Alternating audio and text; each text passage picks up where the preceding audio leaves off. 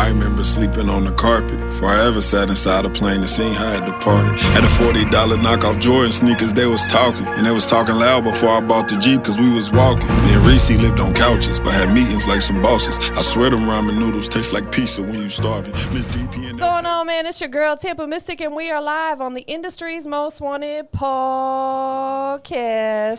Listen, I got somebody so special here today.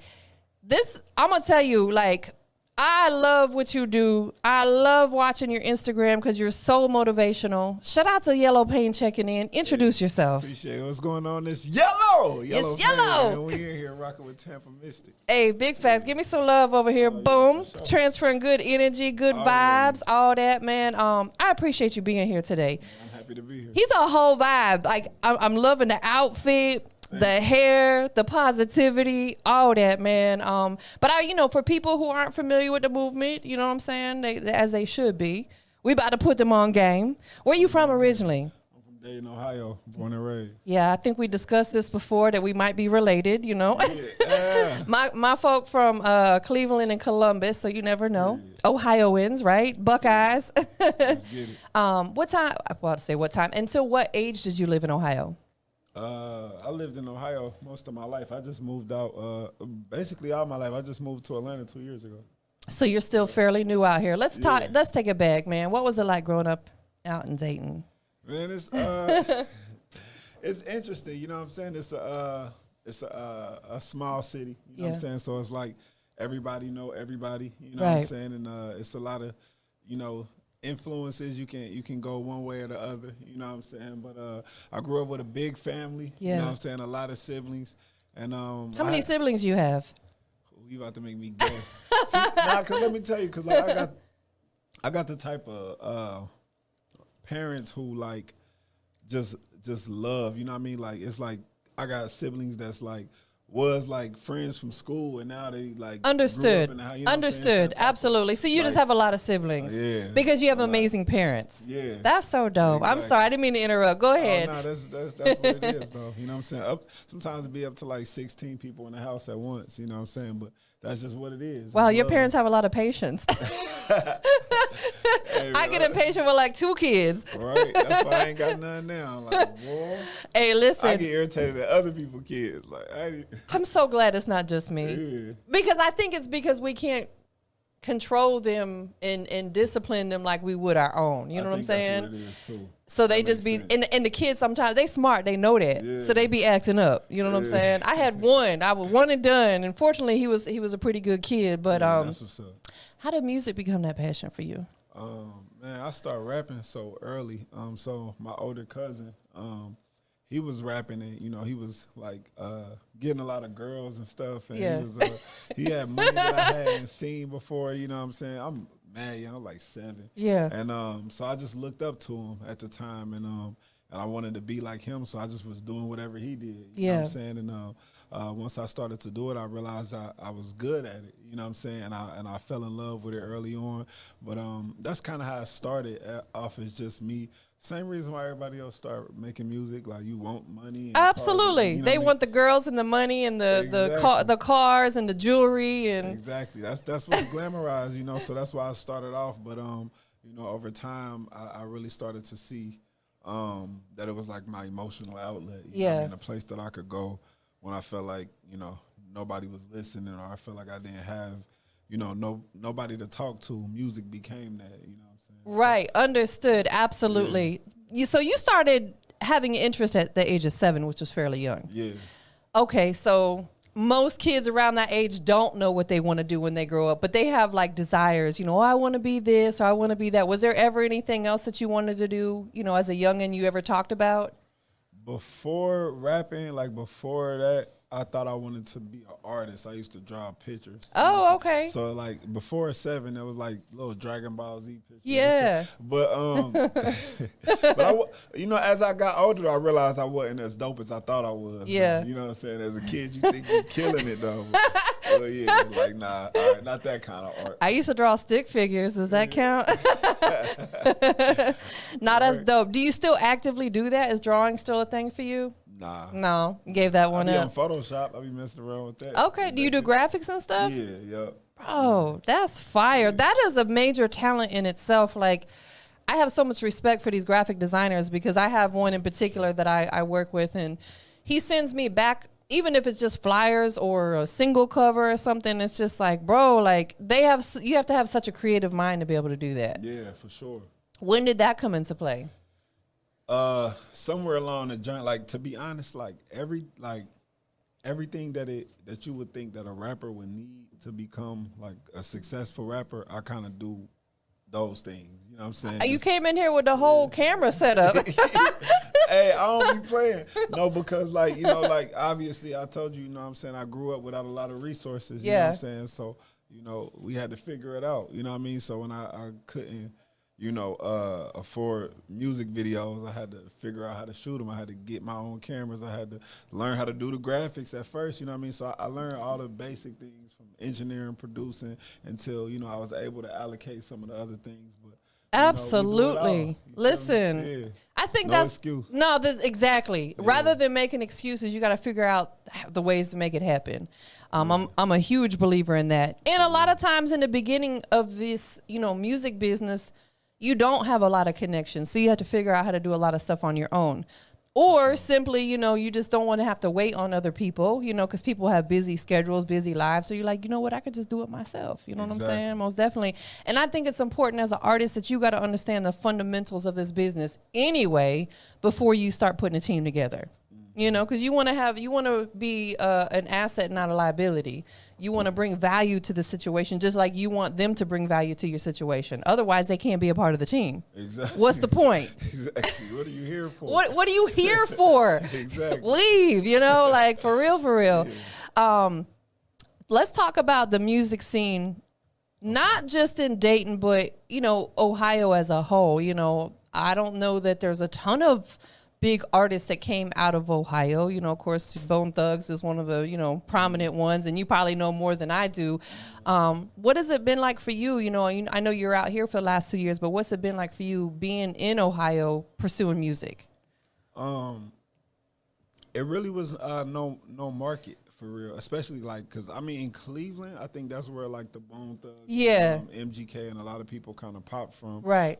Years ago, and it's still artists that's popping, but like where I'm from, Dayton, Ohio, it really was no hip hop scene whatsoever. Yeah. So it was really like trial and error, you know what I'm saying, guessing and checking, and just really trying to figure it out, you know what I'm saying? Like it's been a journey, you know what I'm saying? And you know, one thing I would say is thank God for the internet, because it gave us access to the whole world, you know what I'm saying? So that's you facts. Ain't gotta, you know what I mean? You ain't got to stand at the gas station to pass CDs out no more. Right, putting flyers on people's under their windshield wipers. I mean, not to say that that's completely dead, because people still do it, but... Yeah, but it's other ways. So thank God for social media. But we tried all those, though. You know what I'm saying? Social media is like a bittersweet, because I'll be honest, if it wasn't for what I do, I wouldn't be on social media. But if it wasn't for social media, I wouldn't be doing what I do, if that makes sense. You get what I'm saying? Because, like, you know, for what I do as a content creator and, you know, podcasting and stuff like that, I mean, I guess I could, you know, stick to FM radio, but I like to be, you know, seen, you know what I'm saying? So thank God for YouTube and the internet and social media and all that stuff. So talk to us about the YelloPain brand. When did it come about? YelloPain, like the actual name and the color and all that, I think it was probably somewhere around 2017. Okay. I've been rapping forever, but I think what it was I was really looking for a name that fit the type of music I was making. Right, understood. You know? And I was making, like at the time I was struggling a lot, you know what I'm saying, but I was enjoying it, you know, not the struggle. Let me not say I was enjoying the struggle. But you learned a lot from the struggle. But I was still enjoying life. I was still enjoying the creation of the music, and I felt like my music was coming out. Even though I was talking about my pain, it was in a way that was like enjoyable. You know what I'm saying? It wasn't so like depressing. It was enjoyable. I was talking about like where I want to get to, and it was just like, man, how can I express, like, how can I explain this type of music? You know what I mean? And I couldn't, and I really had to think long or hard about the name. And YelloPain is like, yellow is a color that represents happiness, and pain that represents all the pain I experienced. So YelloPain is a happy representation of the pain. I love it. Yeah, yellow is a happy sure. color because, I like being outside. The sun is, That's the yellow. happiest color. Yeah, You can't think of a flowers, color happier than yellow. like just yellow is vibrant. Yeah. Who does your hair for you? I got different people, so it's depending on where I'm at. Like, really Well, that's good. You got a couple people on deck. Yeah. So I got a lady named Ashley that live in Atlanta. Then Marlena is another person, and then I got Montanay and Dayton. So you know what I mean. It's like just depending on where I'm at. Man, that's dope. And it be urgent sometimes, so I'll be having to tap in wherever I'm at. How often do you have to touch up the color? Once a month. Once. Oh, okay, Yeah. that's not too bad. Well, I would say once a month for like the complete color, but like to keep it, you know what I'm saying, together, you know what I'm saying, probably like every 2 weeks. Every couple weeks, yeah, because I know I'm due for a little touch up right now. The roots start showing. I don't be tripping too much about the roots, but like when Because it blends well. Yeah, exactly. You look like a bumblebee. A little bit of black and yellow, Plus my hair is black. You can't hide that. You know Facts, what I'm saying? absolutely. For sure. Well, you definitely have perfected the color. I love it. Appreciate It's so vibrant. I've never seen anybody with that color before. Thank you. You see some, people that have black hair and they'll go to like blonde and either come out like orange or it's like super white blonde like platinum. Yeah. That color is fire right there. Thank you. So did you have to find a specific brand? I just want to dive into that a little bit because I've been a big believer. I could dye my hair all the time. You know what I'm saying? I usually leave that up to the stylist. I should come out with a color though. You should. Yeah. You should have your own YelloPain hair color, line. That would be hard. Yeah, I don't know any other rappers doing that. Yeah. You know what I'm saying? Most definitely. Yeah. So, did you come to Atlanta for music? Yeah. Not necessarily to chase music because when I moved to Atlanta, I was like kind of already like 2 feet into. Yeah, you were already established. Most definitely. But it was like my team. My team was out here, and my producer was out here, and instead of just going back and forth, it's like, all right, let me go out there for good. Absolutely. Yeah, I mean, sure. Atlanta's the whole vibe, right? So yeah, it is. It really is. You definitely got a big name in the business. You got a movement going on. What would you say, was it something you did or a particular song that you put out or a project you put out that really started gaining you some notoriety?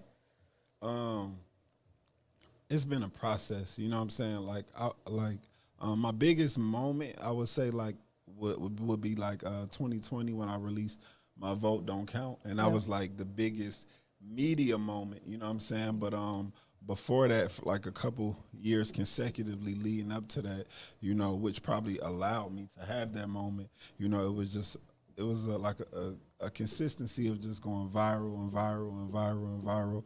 You know what I mean? Yeah. It was that. That's a blessing. Yeah, amen. Let's talk about the project called My Vote Don't Count. Yeah. Let's talk about that because I think a lot of people feel that way, and that's why they don't vote. Yeah. Because they feel like, you know what, I'm just one in a bazillion people. But if you get a million people that feel that way and they don't vote, then it really doesn't count. You know what I'm saying? Yeah. Let's talk about that. What made you decide to go with that on the project title? Yeah. So it was like, so my cousin, she was running for Congress that year. Oh, okay, that's big. She was like, she was asking me to make a song about voting. Yeah.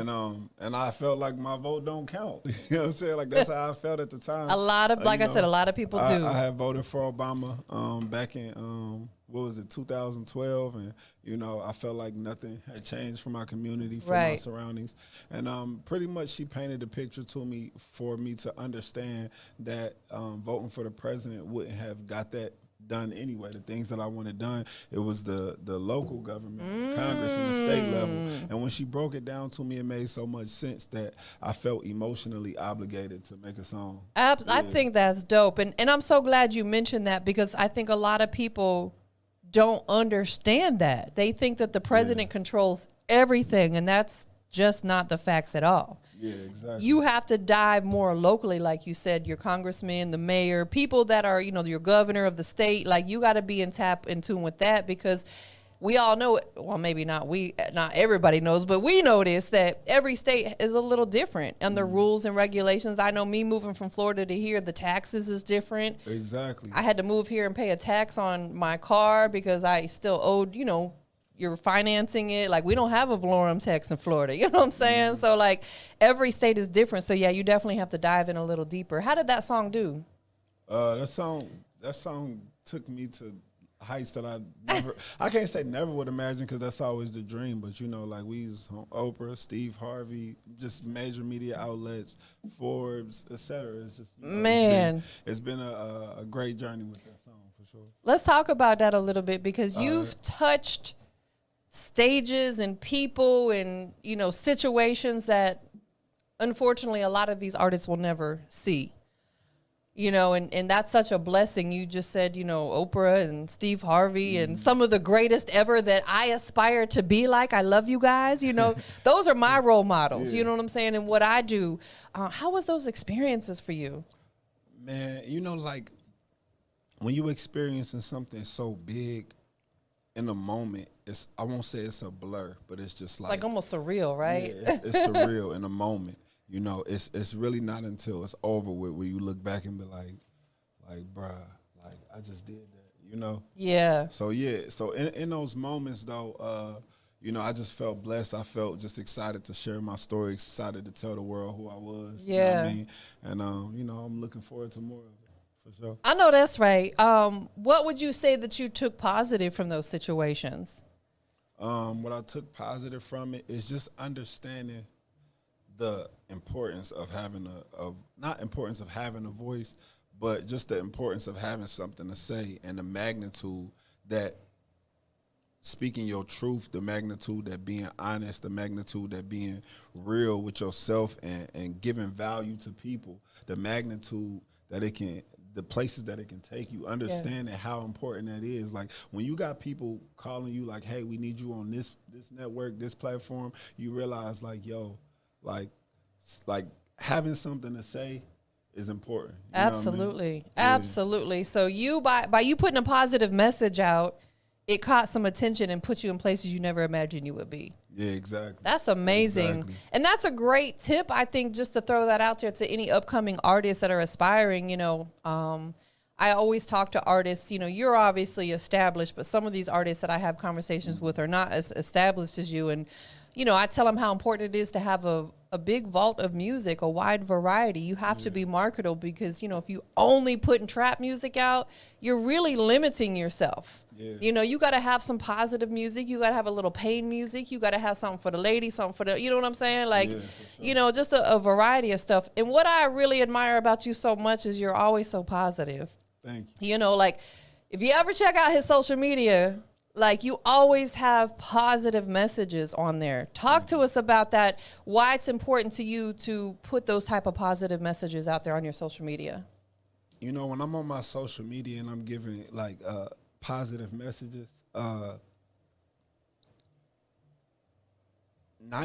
of the time, probably 100, I be talking to myself. Okay. You know? Self-motivation.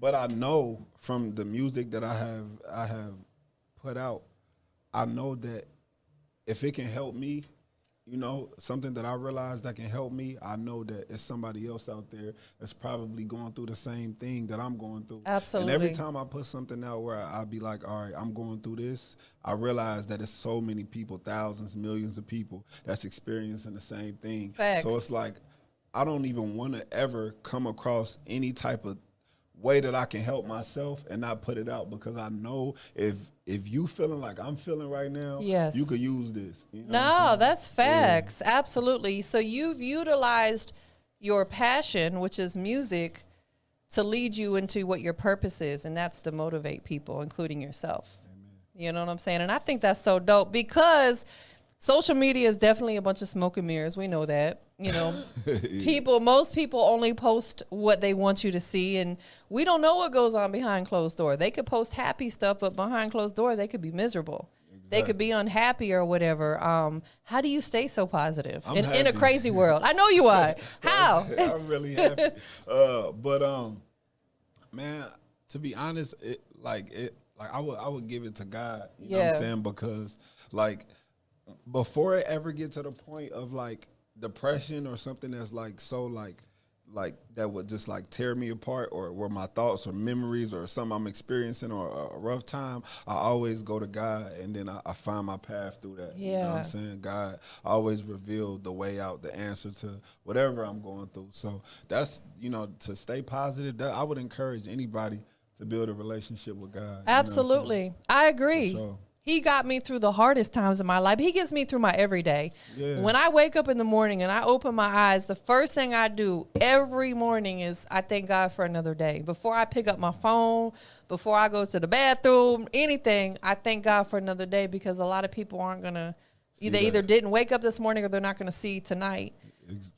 You know, and it's the only guarantee we have in life is that our clock will expire at some point in time. We're all going to die, you know? So it's like, you know, and I just never really understood. And I guess we don't understand people's mental state, because some people really, truly have mental health issues.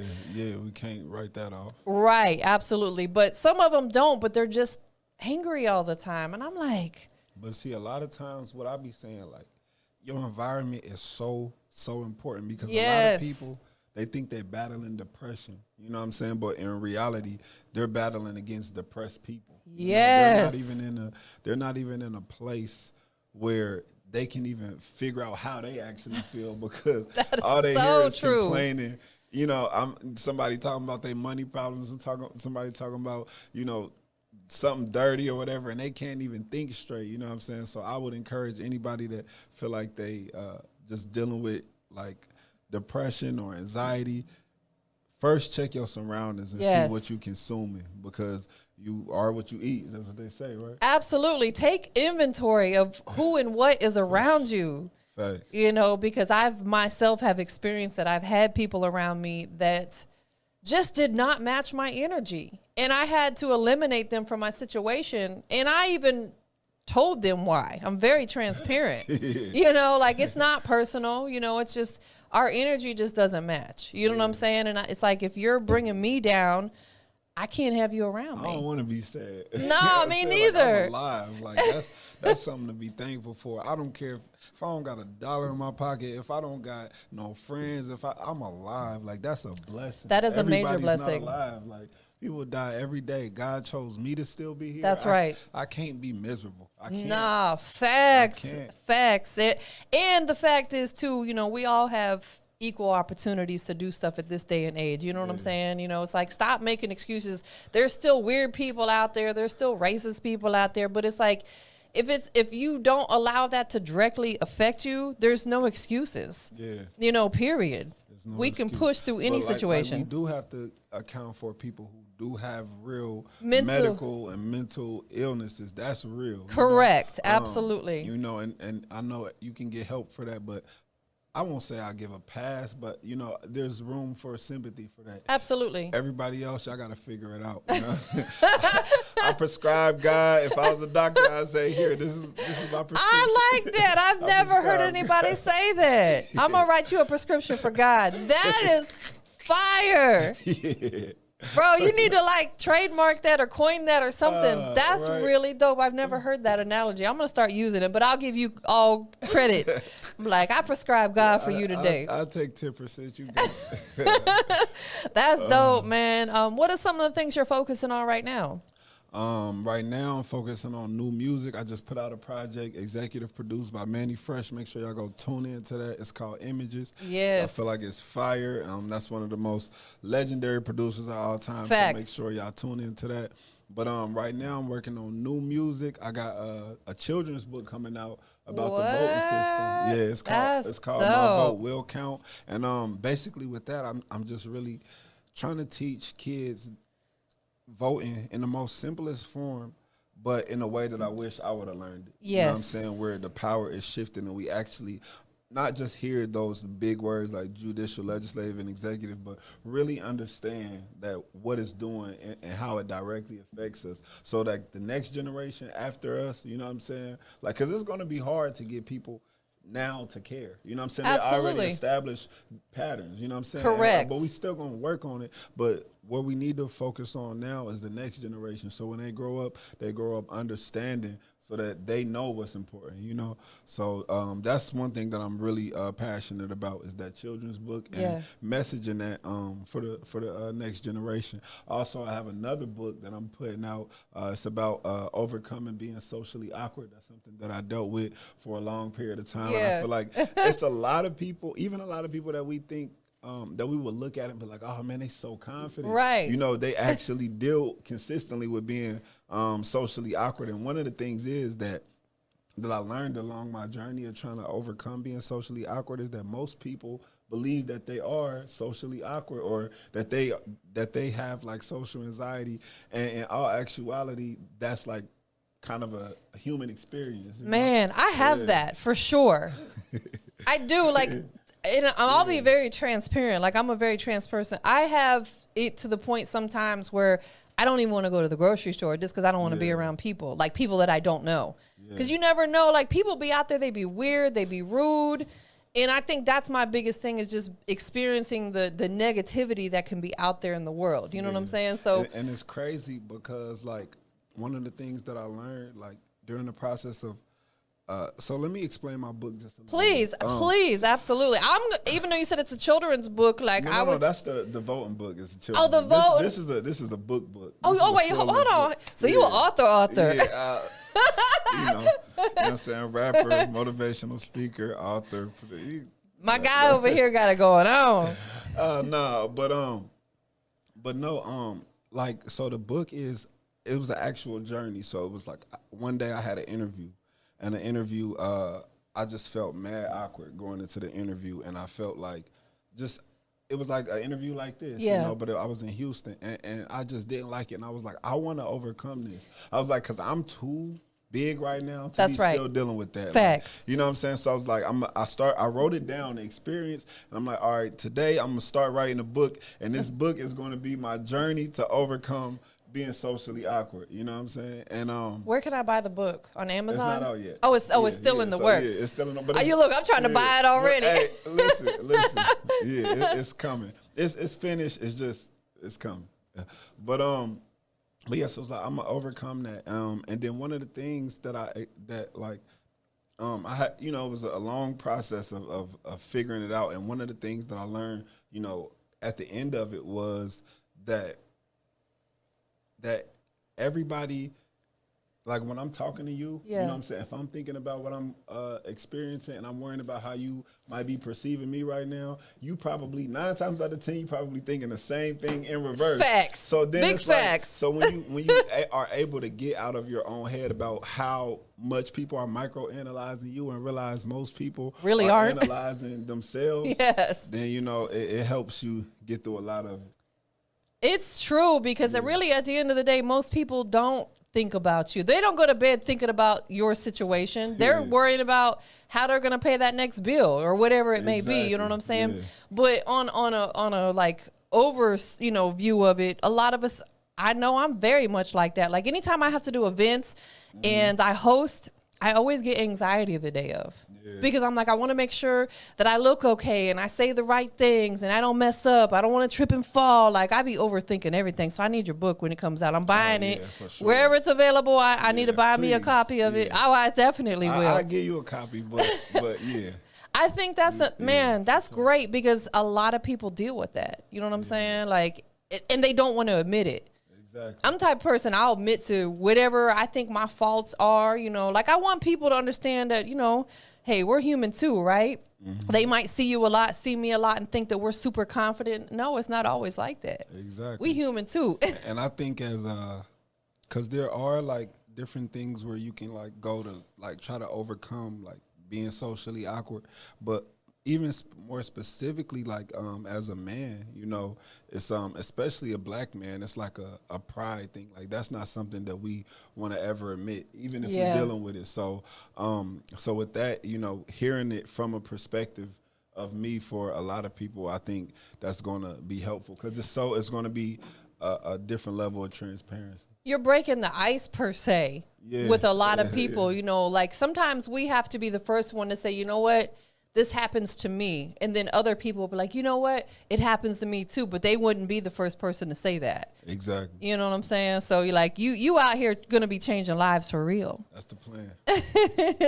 Do you do motivational speaking, like, for, youth and just trouble, people that are going through troubled times and stuff like that? Yeah, I do. Where is this done at? Like, do you go to different places? Sometimes I get called to do it. A lot of times in schools, I do schools voluntarily. I mean, what's the word? Voluntarily or involuntarily? Voluntarily, right? When you want to just go. Yeah, voluntarily. Yeah. Okay, voluntarily. I do schools voluntarily, but I get called to do it all the time though. So if there's somebody who's maybe going through a troubled time or whatever, and they just need a couple words of encouragement, they could reach out to you, and you would give them a few minutes of your time, like if it's someone who's genuinely going through something, not just, just to shoot the ish. Yeah, but to be honest, with this platform, like with what I'm recognized for through my music, it's kind of inevitable. Yeah. I could be in Kroger's and something. Like, I've literally, like, been in the airport. Yeah. And then somebody came up to me and broke down crying. Like, yo, like, can I talk to you?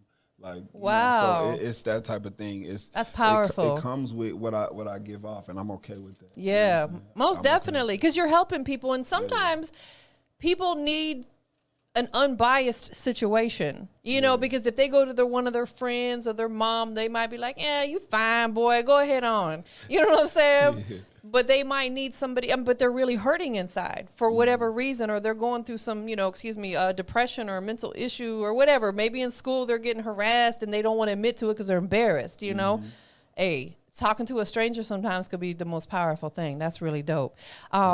What do you got coming up next for us? I know you got the book in the works. Like, you got a lot going on. Movies? You got any film in the works? What's good? I want to. Yeah, that's something we definitely want to do. But yeah, I got the 2 books, and like I said, it's some new music coming soon. I got to tune in. But right now, the EP with Mandy Fresh is out, so make sure y'all go tune into that. Like I said, it's called Images. It's on all platforms. We got 2 singles out right now from it. It's called Yellow Wonka, and Image is the 2nd single from that project. So yeah, make sure y'all tap into that. But it's definitely a lot more on the way for sure. Definitely. Yeah. What's one thing that people don't know about you that you don't mind sharing, even if it's just your favorite food? What is one thing? Because fans and supporters, they like to know that they know you. What is that one thing that you can share? One thing I can share that they don't know. That's a good question. I'm very transparent. See, yeah, me too. Yeah. Like, I don't know. Ask me some questions. Let's do that. Okay. All right. So yeah, we'll play this real quick. What is your favorite food?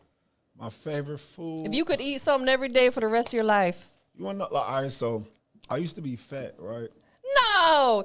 See, that's something. No. Whatever. What you consider fat? Like 15 pounds more than what you are? Like, you were. Like about 60 more. Yeah.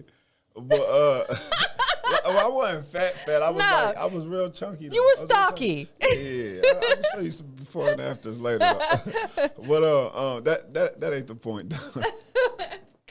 My favorite food used to be pizza rolls, but so I used to get online and I used to season the pizza roll. And my like, some people think it's trifling, and some people actually appreciate it. Like, I never tried that, so you put seasoning salt. Like, you can tell I'm still fat up here though. The seasoning salt and the garlic, or not the garlic, the onion powder and the black pepper on the pizza rolls. It's bussin'. Man. So that used to be my favorite food. But now I would probably say salmon. Okay, Salmon. I say it's salmon, but a lot of people say salmon because of the L's in there. But I think the L's supposed to be silent. But I say it sometimes. I catch myself saying it both ways. Yeah. That's definitely one of my favorites as well. What was your most memorable moment, performance wise? Most memorable moment performance wise. Memorable performance. I would say my most memorable performance was probably a performance where it was kind of a dead performance. So I had a show. It was like probably 2018. And it was like out of town. And it didn't sell very well. So it was not really nobody there, you know what I'm saying? But it was one girl, it was her birthday. And you got to turn up for her. Yeah, it was her birthday. She showed up to the show. It was just her and her dude. It was a couple other people in there, but it was mainly just like 10 people. Yeah. And but it was like the funnest show I ever did. Yeah. It was just like us though. We was rocking. It was just like that was lit. Like I remember that because it just was like the ability to be able to give somebody that type of experience on a special day. Yeah. You know what I'm saying? Absolutely. That was one of the most memorable shows. Sometimes them smaller crowds, you can catch more of a vibe because it's intimate. It's a conversation. Absolutely. Exactly. You know, Absolutely. A bigger crowd, like, don't get me wrong, that's dope too, but it's like you get so much cheers. It's like that's fun. But when you really talking to somebody that you never met before and they just enjoying it, you looking them dead in their eyes, like it's just a different experience. Absolutely. And you said it was her birthday, so like you made her whole night. Yeah. One more get to know you question. What's your favorite type of movie to watch? My favorite type of movie? My favorite type of movie is like, I don't know how to explain it because like all movies got a twist, but it'd be like movies with like some type of element that's like unusual. How can I explain? Like it's not magic, but it's like very practical everyday life, and then it's something that might be like magical or like just like I don't know how to explain it. Do you have a movie in particular? It's a lot. Okay, my favorite movie is Law Abiding Citizen. Okay. You know that movie? Yep. Yeah. So I like that movie. It's this other movie. It's called The Brass Teapot. I don't know if you ever seen that. I don't think I've seen that one. It was like two teenagers and it was poor or whatever. Then they found this like ancient teapot. Oh, okay. So that type of movie, it changed their lives. Exactly. But to get money, they had to like hurt themselves. You know what I'm saying? So like there was like it was a serious movie though. They was like really hurting themselves, and then they had to hurt themselves with words and make confessions. Oh, but wow. they got so addicted to the bread. Anyway, like movies like that though, movies that's like everyday life with a twist. But I also like romantic comedies because my mom. So rom-coms. Yeah. So, yeah. Your mom turned you on to that? Yeah. Yeah. Ladies always like those type of movies. You know what I'm saying? Most definitely. Well, before we get out of here, there's 3 things that we're going to do. 1, tell everybody where they can follow you at. Make sure y'all follow me at YelloPain. That's on all platforms. It's spelled the same, YelloPain, no underscores, none of that fancy stuff. If you see that, it ain't me, don't follow. At YelloPain, yeah, that's me. Who do you want to shout out to? Shout out to everybody that ever showed me love and listened to my music. Y'all changed my life. I appreciate you. Definitely. And last but not least, but this is the most important question of the whole entire interview, right? We got YelloPain checking in. We're on the industry's most wanted podcast, so I have to know what makes YelloPain the industry's most wanted. What makes me the industry's most wanted is that I'm the industry's most honest. I'm the industry's most real with himself and in touch with reality. And yeah, they need that. They need that. Yes, So, yeah, most definitely. Yellow. Yellow. Period. We up out of here, y'all. For sure.